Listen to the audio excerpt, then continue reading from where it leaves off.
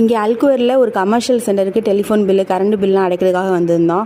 அதெல்லாம் முடிச்சுட்டு கீழே பார்த்தீங்கன்னா B11 அப்படின்னு சொல்லிட்டு ஒரு கடை இருக்குது. அந்த கடைக்குள்ளே போனதும் தீம் பார்த்தீங்கன்னா ப்ளூ கலரில் ரொம்ப அழகாக இருந்தது. அப்புறம் அங்கே மண்சட்டிலாம் கூட கவுத்து வச்சுருந்தாங்க. நான் கூட அது ரசமலாய் மாதிரி ஏதாவது தருவாங்க போலன்னு சொல்லிட்டு அதுவும் ஒன்று தாங்கன்னு சொல்லி கேட்டிருந்தேன். ஸோ அந்த ஸ்டாஃப் கிட்ட கேட்டப்போ எல்லாம் ரொம்ப அழகாக எக்ஸ்பிளைன் பண்ணாங்க. எல்லாருமே ரொம்ப ஃப்ரெண்ட்லியாக இருந்தாங்க. நிறைய இது சாம்பிள்லாம் கொடுத்தாங்க.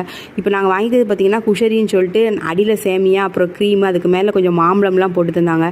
ஐஸ்கிரீம் எல்லாமே சூப்பராக இருந்தது. முக்கியமாக பிஸ்தாச்சோ ஃப்ளேவர் ரொம்ப டேஸ்ட்டாகவே இருந்தது.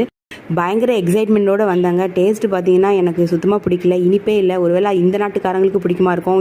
இது வந்து ஈஜிப்ஷியனோடது, ஸோ அவங்களுக்கு பிடிக்குமா இருக்கும். எனக்கு சுத்தமாக பிடிக்கல. நான் டாப்பிங் ரெண்டாவது திரும்ப போய் கேட்டு வாங்கிட்டு வந்தேன்.